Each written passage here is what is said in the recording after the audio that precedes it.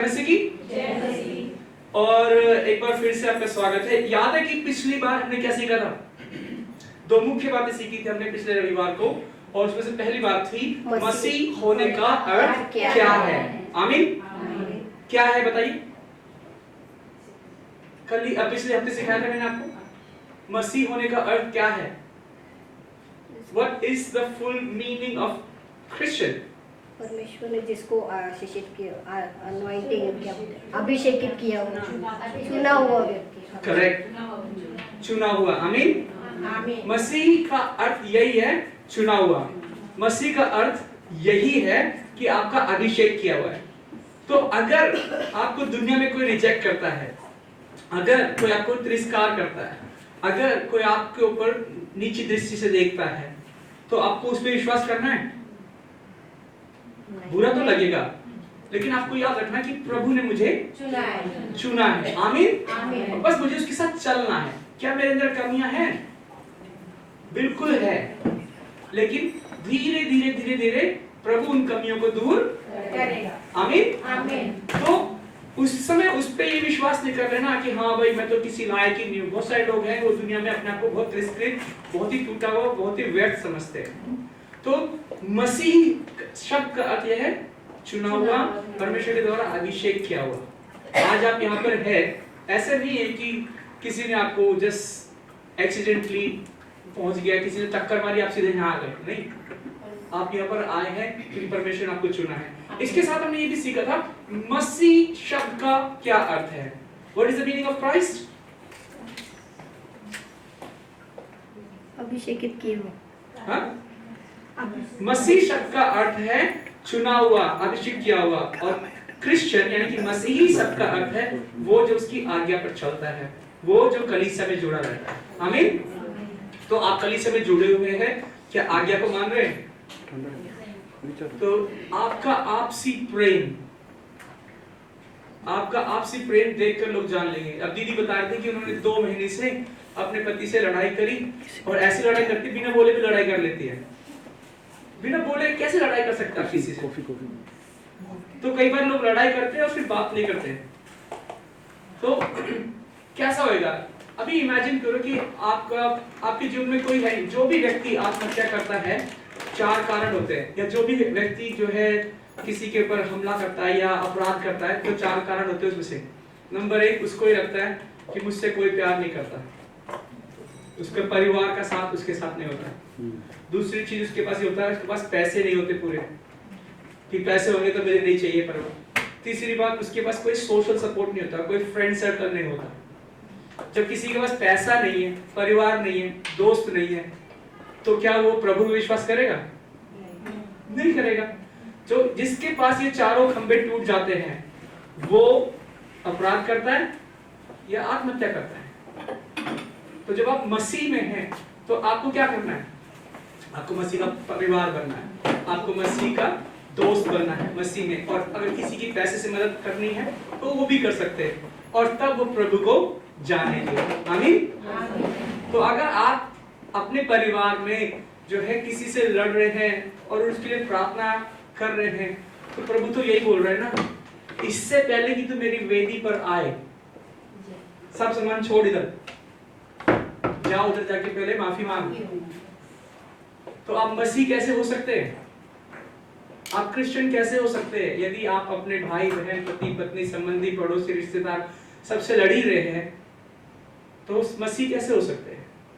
तो ये जो अर्थ हमने पिछली बार सीखा था, मसीह शब्द का अर्थ है चुना हुआ और अभिषेक, और क्रिश्चियन शब्द का अर्थ यह है जो मसीह की शिक्षा पर चले और कलीसिया से जुड़े, वो मसीही, वो क्रिश्चियन। आमीन। तो आज एक और चीज क्या कहते हैं, रिवाइज करेंगे। हमने ये पढ़ा था, पढ़े इसको एक साथ हिंदी में। तुम जगत की ज्योति हो, जो अगर पहाड़ पर बसा हुआ है वो छिप नहीं सकता, और जो लोग दिया जलाकर पैमाने के नीचे नहीं परंतु दीवट पर रखते हैं, तब उससे घर के सब लोगों को प्रकाश पहुंचता है। उसी प्रकार तुम्हारा उजियाला मनुष्य के सामने ऐसा चमके कि वे तुम्हारे भले कामों को देखकर तुम्हारे पिता की जो स्वर्ग में है बड़ाई करें। आमीन। सबको सुन के बहुत अच्छा लगा होगा कि भाई आप जगत की ज्योति है। आप जगत की ज्योति है, विश्वास करते हैं? ओके, पूरे आकाश में आपको दो ज्योतियां दिखती है, उनके नाम क्या क्या है? क्या है दो ज्योतियां जो दिखती है? दिन में क्या दिखता है आपको? सूर्य। और रात को चांद। आओ, अब आपको ये सीखने की जरूरत है कि आपने बोला दो ज्योतियां हैं। यहाँ पर वचन कहता है तुम जगत की ज्योति हो। परमेश्वर ने आपको जगत की ज्योति बनाया।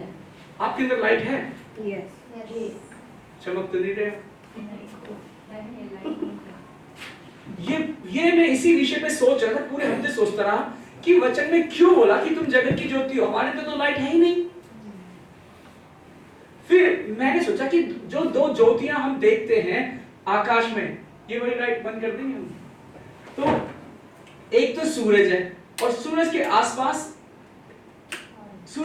ये सारे ग्रह घूमते रहते हैं जी। और आपको ये जान के हैरानी होगी, बहुत सारे साइंटिस्ट लोगों ने इसका जो है एक्सपेरिमेंट करा। ये 9 ग्रह, अगर आप 9 कंचे 9 बॉल अगर एक थाली में रखोगे ना, वो 1 मिनट भी साथ नहीं रह सकते, आपस में टकरा जाएंगे जी। और ये हजारों साल से परमेश्वर ने रखा है। तो एक ज्योति तो हो गई हमारी सूर्य, और दूसरी ज्योति आपको पता है, आपने क्या बताया है?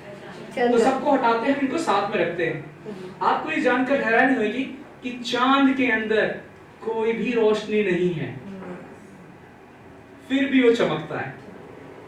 कभी चांदनी रात में गांव में चले आप? पूरा रास्ता साफ दिखता है। चांद के अंदर कोई रोशनी नहीं होती, परंतु वो सूर्य की रोशनी जब उस पर पड़ती है तब वो चमकता है और हमें धरती पे से दिखाई देता है। आप में से बहुत सारे लोगों को ये पता होगा कि 1 महीना लगता है चांद का पूरा चंद्रकला पूरा होने में। इसको जब सूर्य यहाँ पर इसके बिल्कुल सामने आता है, चांद एक रात को पूरा गायब हो जाता है। उसको क्या बोलते हैं? अमावस्या, है ना?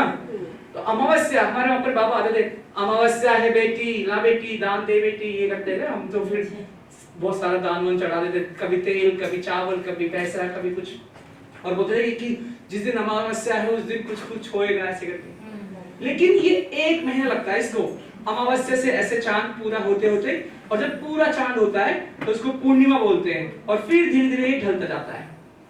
अब मैं ये सोच रहा था कि चांद के अंदर रोशनी नहीं है, वो चमकता कैसे है? जब सूर्य की रोशनी चांद पर पड़ती है तब वो चमकता है। आप जगत की ज्योति हो, वचन में लिखा है। लेकिन जब परमेश्वर की ज्योति आप पर प्रकट होगी तब, और अगर परमेश्वर का वचन और परमेश्वर की ज्योति, परमेश्वर की आज्ञा आपके जीवन में प्रकट ही नहीं है, तो आप हो तो सही मगर नजर नहीं आओगे।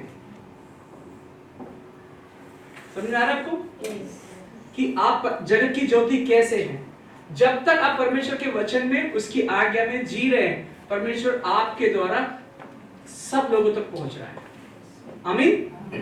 लेकिन जब परमेश्वर का वचन आपके जीवन में प्रकट नहीं है, तो आप चांद तो हो मगर अमावस्या वाला। परमेश्वर ने आपको ज्योति तो बनाया है, लेकिन आप कपड़ों में चमक रहे हो, मन में नहीं, हृदय में नहीं, विचारों में नहीं, संबंधों में नहीं। तो अगर परमेश्वर ने आपको जगत की ज्योति बनाया है, तो ये सवाल उठता है कि मैं आज किस दिशा में हूं, किस जगह में हूं। और चाहे आपके परिवार में या आपके रोजगार में या काम में, कहीं भी कोई भी समस्या आ रही है, उसमें पूछ लो कि प्रभु मैं कहां पर हूं। हो सकता है कि जब आपके जीवन में कठिन समस्या आ जाए, परिस्थिति आ जाए, आप थोड़ा सा ही चमक रहे हैं। आप बीमारी में हो सकते हैं, आप पैसे की तंगी में हो सकते हैं, आप सामुदायिक दबाव में हो सकते हैं, किसी परिस्थिति में हो सकते हैं, लेकिन आपको प्रभु ने बनाया ही चमकने के लिए। आमीन। आमीन।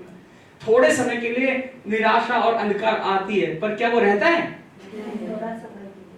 थोड़ा समय के लिए। कोई आपको कुछ बोल दे, कोई आपको तिरस्कार कर दे, कोई आपको सच में बहुत बुरा बुरा कह दे, बुरा तो लगेगा उस समय, लेकिन याद रखना है कि इस समय मैं अपनी बुराई को नहीं, परमेश्वर की ज्योति को प्रकट करूंगी। आमीन। आमीन। आमीन। तो ये आपके पास ये चुनाव है कि क्या आप परमेश्वर ने जो आपको जगत की ज्योति बनाया है, क्या आप वो ज्योति हैं या नहीं? इसका जवाब मुझे नहीं चाहिए, आप अपने आप को दे सकते हैं। आमीन। तो याद रखना कि परमेश्वर ने आपको जगत की ज्योति बनाया है, लेकिन चमके या ना चमके इसका चुनाव आपके पास है।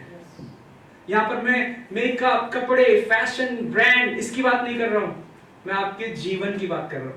आमीन। चलिए आगे चलते हैं। यहाँ पर वचन कहता है रोमियो 15 अध्याय उसकी 1 से 5 में क्या है, चलिए साथ में मिलकर पढ़ते हैं। निदान हम बलवानों को चाहिए कि निर्बलों की निर्बलता को सहे, ना कि अपने आप को प्रसन्न करें। बस रुक जाइए यहाँ पर। दो तरीके के लोग होते हैं, एक को लगता है मुझे सब पता है, एक को लगता है मुझे बहुत पता है, मुझे बहुत ताकत है, और तुझे ये भी नहीं आता, इतना सा काम नहीं होता, ये प्लग नहीं लगता। यहां पर लिखा हुआ है अगर आप बलशाली हो, अगर आप बुद्धिमान हो, तो दूसरों की निर्बलताओं को सहो। अगर आपको ये लग रहा है कहां फंस गया, मैं कहां फंस गया, सब मूर्ख है मेरे आसपास, सबसे बड़े मूर्ख आप हो, क्योंकि लिखा हुआ है अगर आप बलशाली हो, अगर आप बुद्धिमान हो, तो दूसरों की निर्बलताओं को सहो, वरना आपका बल किस काम का? आमीन। लिखा हुआ है ना कि अपने आप को प्रसन्न करें। लिखा हुआ है किसको प्रसन्न कर रहे हैं? अपने आप को प्रसन्न करना है। ज्यादातर लोग जब किसी दूसरे व्यक्ति को मूर्ख बोलते हैं, उनके अंदर क्या चल रहा है? मैं तो ये काम कभी जिंदगी में ना करूं, मैं तो बहुत बुद्धिमान हूं, इस ऐसा गाना एक टूटा फूटा गा रहे हैं, इससे अच्छा तो मैं गा सकता हूं। अच्छा, यहाँ पर सामने क्यों नहीं हो फिर आप? लिखा हुआ यदि आप बुद्धिमान हैं, यदि आप में तेज है, यदि आप में बल है, तो आप दूसरों की निर्बलताओं को सहें, ना कि अपने आप को प्रसन्न करें। यही तो है ना मसीह होने का अर्थ, जो मसीह की शिक्षा पर चले। मसीह की शिक्षा यही है कि जो निर्बल है उसको सहो, उसको सहारा दो। आमीन।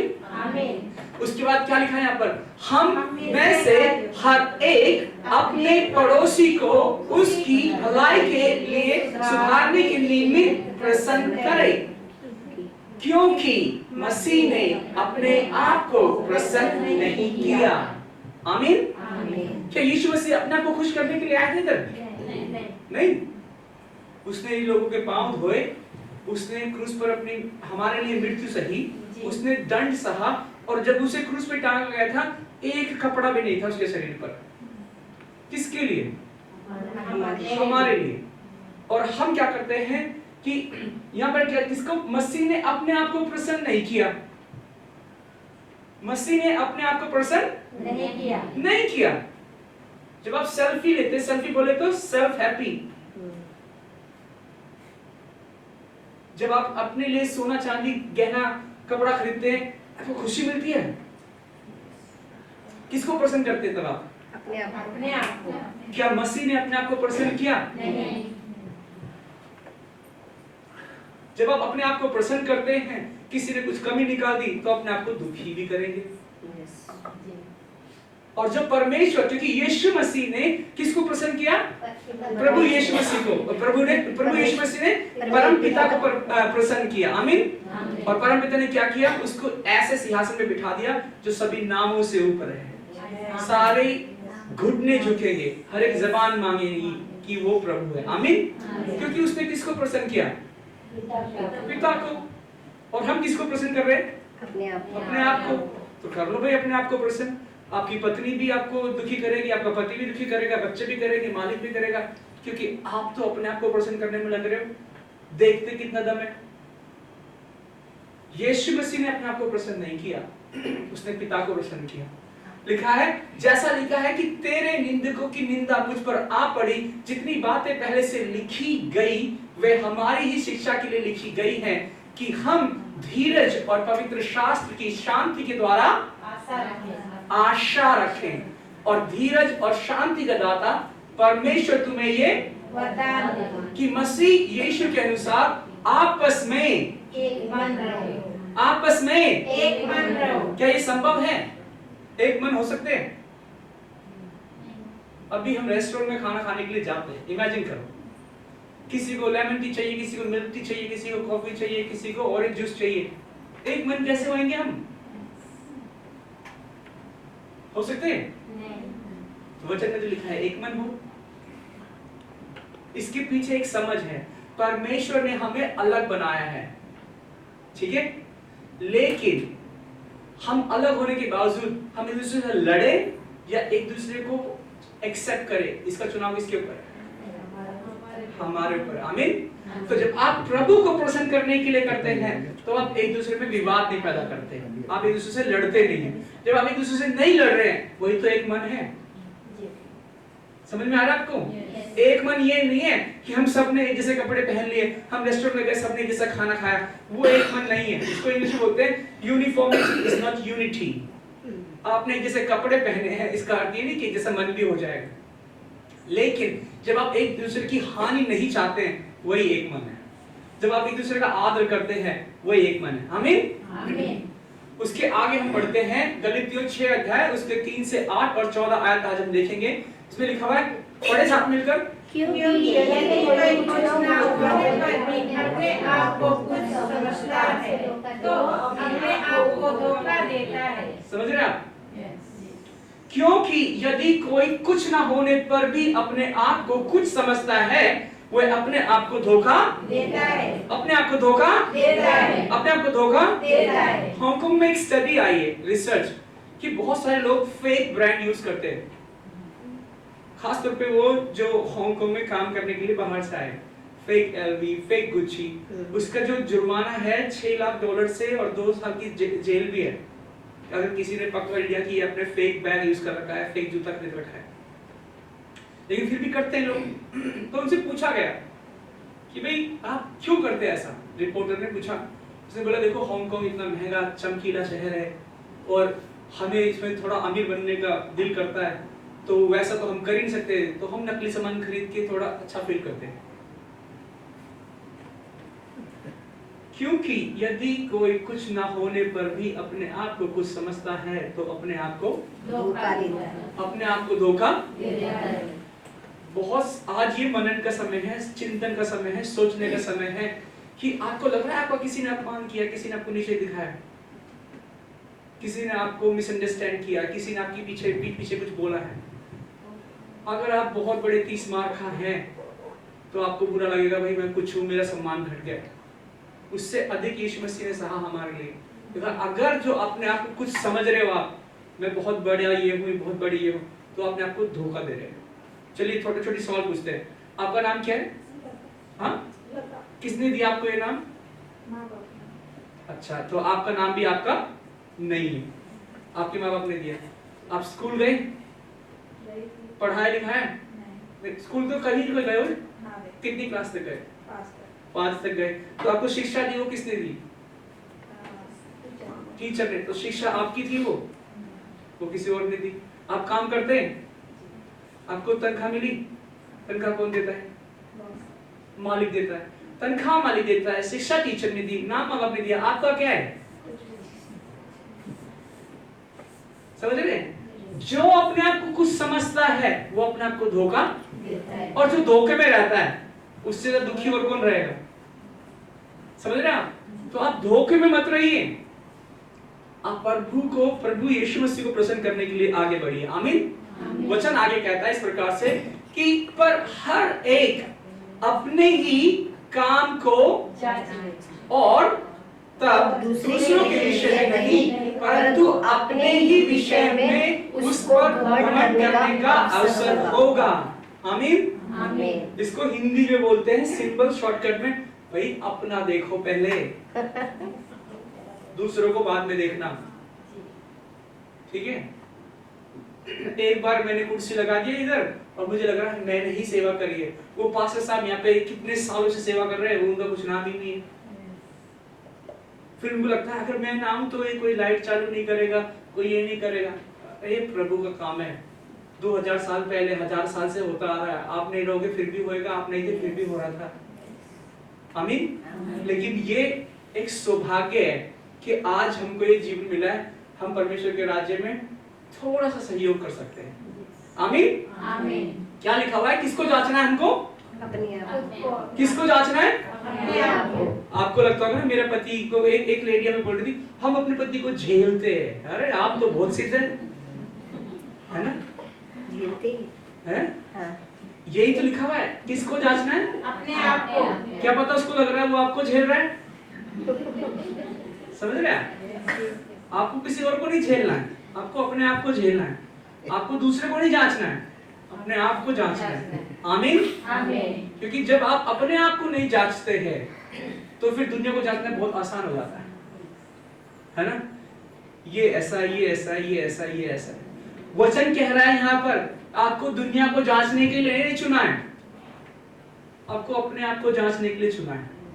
आमीन? आमीन। तो आज आपके पास ये अवसर है कि अपने आप को जांचें। आगे वचन पढ़ते हैं। क्या लिखा है यहाँ पर? क्योंकि हर एक व्यक्ति अपने ही बोझ उठाएगा। किसका बोझ उठाएगा? अपना ही। खुद का। अगर आप गलतियों 6 अध्याय अपने घर जाके पढ़ेंगे वापस, इसलिए मैंने छोटी छोटी आयत रखी है ताकि पूरा एकदम से ना पढ़े आप, क्योंकि हर एक शब्द में जीवन है। परमेश्वर ने बोला आप उसकी ज्योति है तो है, लेकिन जो बल्ब फ्यूज हो गया है आज उसको रिप्लेस करना है। क्या लिखा है? क्योंकि हर एक व्यक्ति किसका बोझ उठाएगा? अपना ही बोझ उठाएगा। किसका बोझ उठाएगा? अपना ही। जब आप अपना ही बोझ उठाओगे तब सामने लोग कैसे बोल रहे हैं ये तो बहुत कमजोर है? हैं? तो आप दूसरे का न्याय क्यों कर रहे हैं? आप अपना बोझ उठाओ ना। और अगर आपको अपना बोझ हल्का लग रहा है तब दूसरे की मदद करो, है ना? तो बाइबल बहुत खुले शब्दों में स्पष्ट रीति से कहती है भाई दूसरों के पीछे ताक झांक मत करो, दूसरों के लिए जांच पड़ताल मत करो।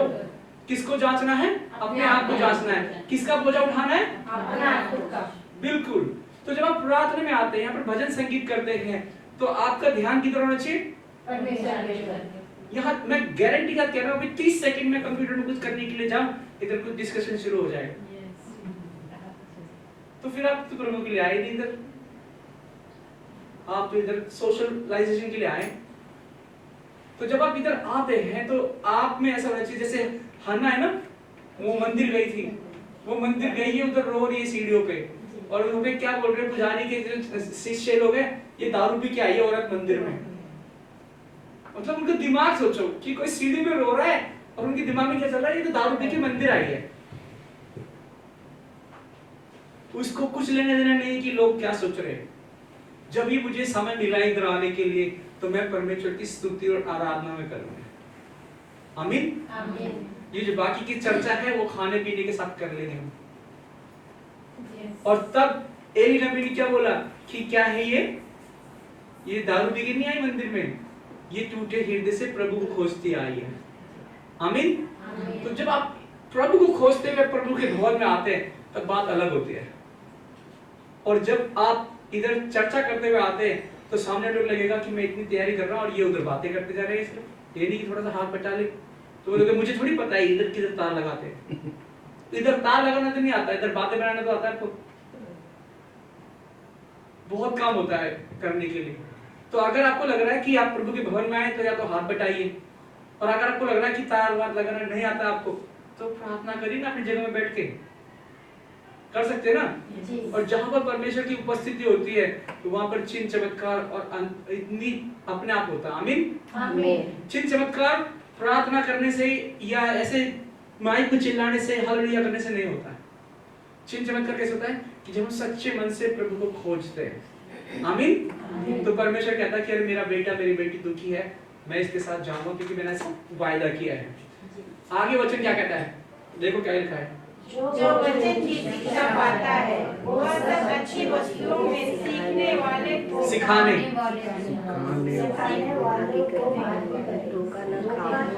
परमेश्वर ठट्ठों में नहीं उड़ाया जाता। आमीन। आमीन। जो लास्ट लाइन है जो मैंने रेड कलर में लिखा है, परमेश्वर ठट्ठों में नहीं उड़ाया, मतलब यह है कि परमेश्वर कोई मजाक नहीं है। आप कलीसिया आए और उसके बाद मैं हर बार देखता हूँ इधर कि मुझे समझ में आता है कि अच्छा आपने अच्छे कपड़े पहने, अच्छा बैकग्राउंड है, आप पिक्चर ले रहे, लेकिन बहुत बार ये भी सुनने में आता है आज वो नहीं आए, आज वो नहीं आए, आज किसी को ये लग गया, किसी को वो लग गया। सच में आप प्रभु के पीछे चल रहे क्या? मजाक है परमेश्वर? आप तो अपने आप को प्रेजेंट करने में लगे। और यदि आप परमेश्वर को ऐसे हल्के में ले रखा है, ठट्ठों में उड़ा रखा है, मजाक में कर रखा है, तो परमेश्वर क्या बोलेगा? जब आप पढ़ोगे रोमियो 9 अध्याय, उसमें क्या लिखा हुआ है कि जिसको उसने चुना था परमेश्वर ने, उसको ही त्याग दिया क्योंकि वो उसके अनुसार नहीं चले। वो कहते हम तो अब्राहम की संतान है। और फिर परमेश्वर ने उनको चुन लिया जो अन्य जाति थे, इसीलिए तो आज हमको चुना है। हमारे दादा परदादा पुरखे कोई नहीं जानते थे प्रभु को, लेकिन परमेश्वर ने हमें चुन लिया और आज हम चुने हुए हैं। आमीन। आगे वचन कहता है, चलिए साथ में मिलकर पढ़ते हैं। क्योंकि मनुष्य जो कुछ बोता है वही काटेगा। तो बहुत सारे लोग इसलिए चिंतित हैं कि सामने वाले का व्यवहार कैसा है। वो बहुत सारे लोग ऐसे कड़वाहट में रहते हैं कि ये अच्छा नहीं है, मेरा भाई अच्छा नहीं है, मेरी बहन अच्छा नहीं है, मेरी ये अच्छा है। बहुत सारे लोगों को मैं नाम नहीं लेना चाहता, वो ऐसे बोलते हैं कि इसका व्यवहार तो बहुत खराब है, और उनसे जब भी मिलोगे वो किसी की कंप्लेन करते रहेंगे।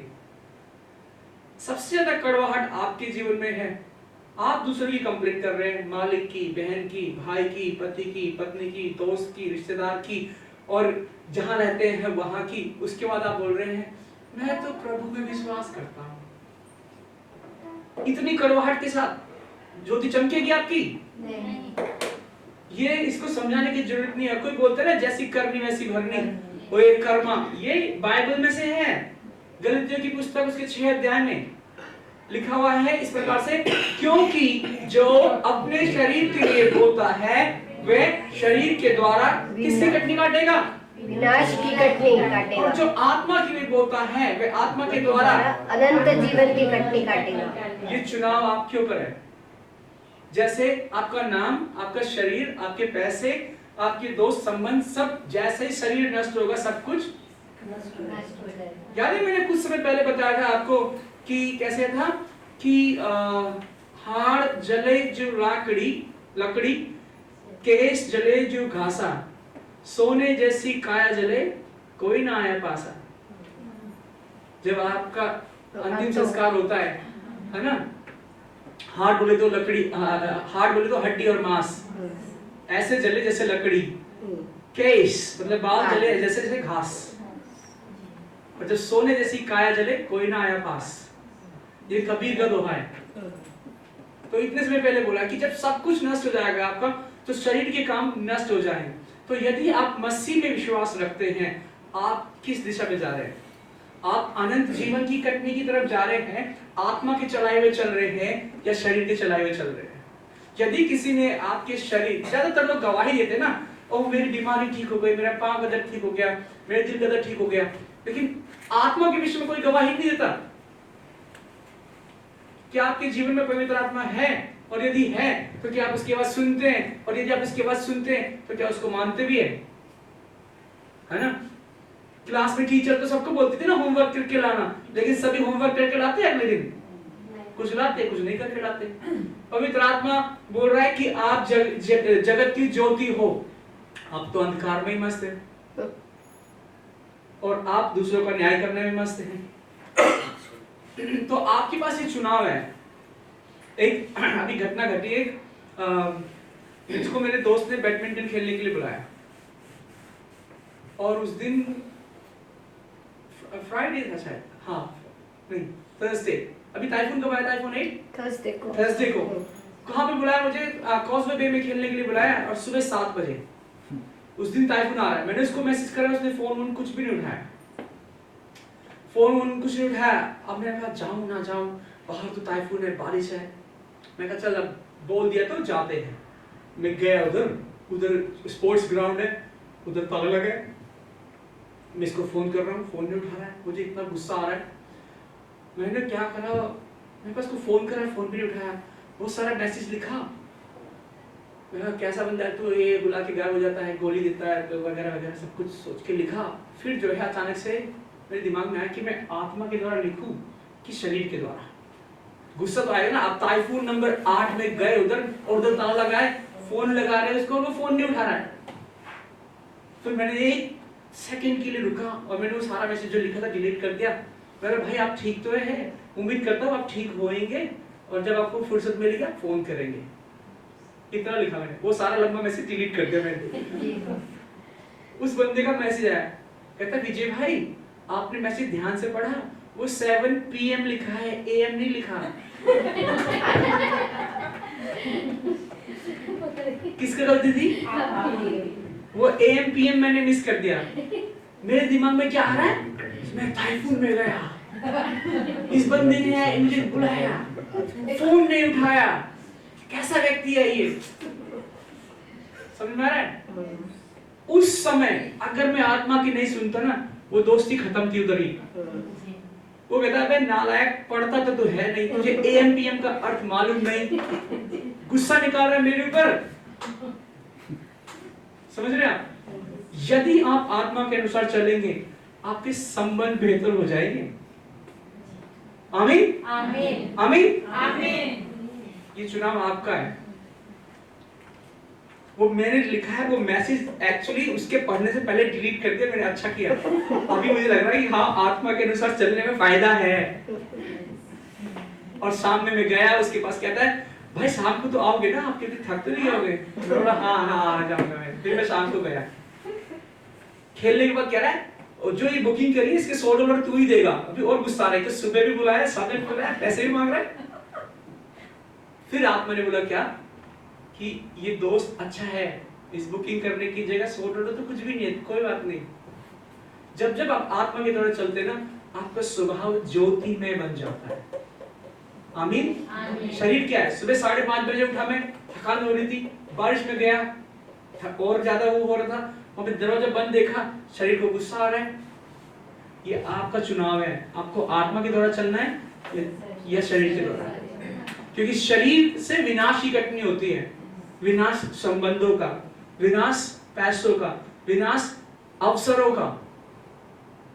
अब वो व्यक्ति उसके साथ एक और दोस्त आया था, उसने मुझे मिला, कहता आप विजय हैं, आपसे मिलवाने के लिए मेरा दोस्त बुलवा के लाया मुझे, मैं ऑफिस में साथ काम करता हूँ, आप तो बहुत अच्छा कहते हैं। मैं कहा अच्छा हुआ इसने वो मैसेज नहीं पढ़ा ना जो डिलीट कर दिया मैंने। तो इमेजिन करो, आत्मा आपको बचाएगी, पवित्र आत्मा आपको बचाएगी। आमीन। तो ये चुनाव करना है आपको कि आपको क्या करना है, सिंपल है यहाँ पर ऐसा ना हो कि मैं और किसी बात का घमंड करूं, केवल हमारे प्रभु यीशु मसीह के क्रूस का, जिसके द्वारा संसार मेरी दृष्टि में और मैं संसार की दृष्टि में क्रूस पर चढ़ाया गया हूं। आमीन। आमीन। उस समय दिमाग में आया वचन कि तू यीशु मसीह का काम करेगा, ये अपना है ना। तो अगर संसार मेरी दृष्टि में और मैं संसार की दृष्टि पे क्रूस पे चढ़ा गया, उसका मतलब पता क्या है, संसार मेरे लिए मृत है और मैं संसार के लिए मृत। संसार में जो अभिलाषाएं हैं वो मुझे प्रभाव नहीं कर सकती, और मैं इस संसार को इंप्रेस करने के लिए नहीं हूं। मैं किसको प्रसन्न करने के लिए हूं? आमीन। तो आज एक बार फिर से मैं आपको एक न्योता देता हूं कि अगर आप किसी प्रकार की उलझन में, निराशा में, किसी ने आपको कुछ बोला है, तो आज आपके पास ये है कि आप संसार के लिए तो मृत है और संसार आपके लिए मृत है, लेकिन आप जीवित हैं किसके लिए? यीशु मसीह के लिए। किसको प्रसन्न करने के लिए? अगर आपने देखा होगा, ये क्या है? ये थोड़ा ध्यान से देखो, क्या है? पत्थर है?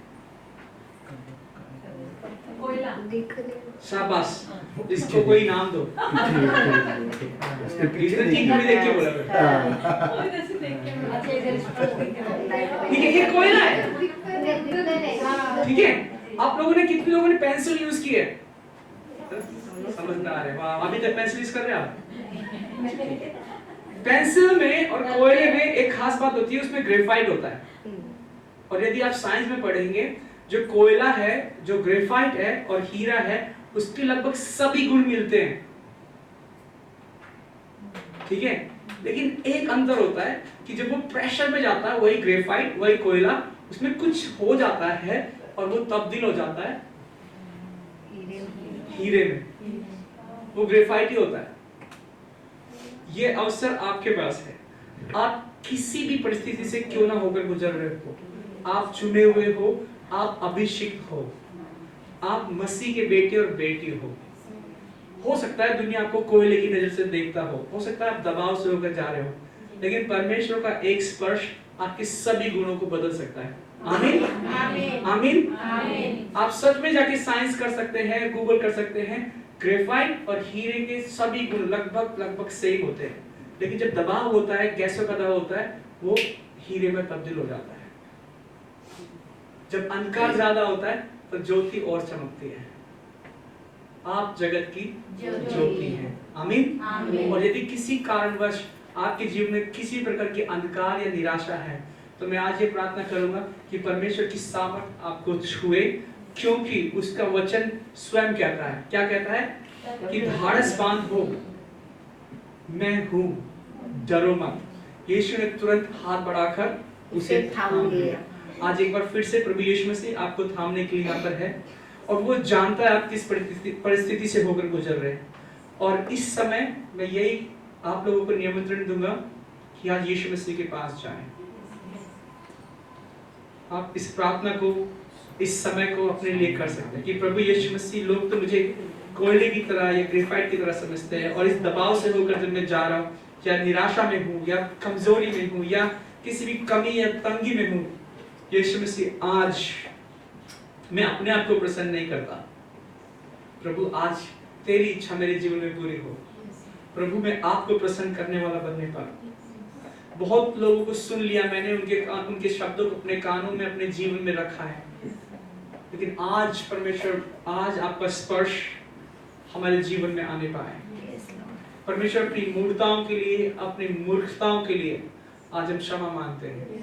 दूसरों को जज करने, दूसरों को अन्याय करने, दोष लगाने के लिए आज हम क्षमा मांगते हैं। यीशु मसीह, ये जो शरीर है जो विनाश की ओर जाता है, परमेश्वर आज हम तेरी पवित्र आत्मा की ओर जाते हैं और अनंत जीवन की ओर चलना चाहते हैं। हमारे जीवन से आप अंधकार को दूर करें प्रभु यीशु मसीह। आज हम अपना हाथ आपकी ओर बढ़ाते हैं, हमें ग्रहण करें। और यीशु मसीह हर एक प्रकार की जो निराशा है, जो मूर्खता है, जो भी कुछ आपकी ओर से नहीं, आज वो निपटने पाए, दूर होने पाए। प्रभु यीशु मसीह, धन्यवाद आज आपकी उपस्थिति हमारे बीच में है, और हमें ये उपस्थिति हमारे संग संग सर्वदा रहने पाए। और जब भी मैं कभी इस मार्ग से इधर हिलू डुलू, प्रभु आप मुझे चिताएं, मेरे ऐसा मन दे, मुझे ऐसे कान दे जो आपकी ओर सुन सके, आपका अनुसरण कर सके। प्रभु यीशु मसीह के नाम से इस प्रार्थना को करते हैं, जैसे सुने और ग्रहण करें। आमीन। सबको जय मसीह की। जय मसीह।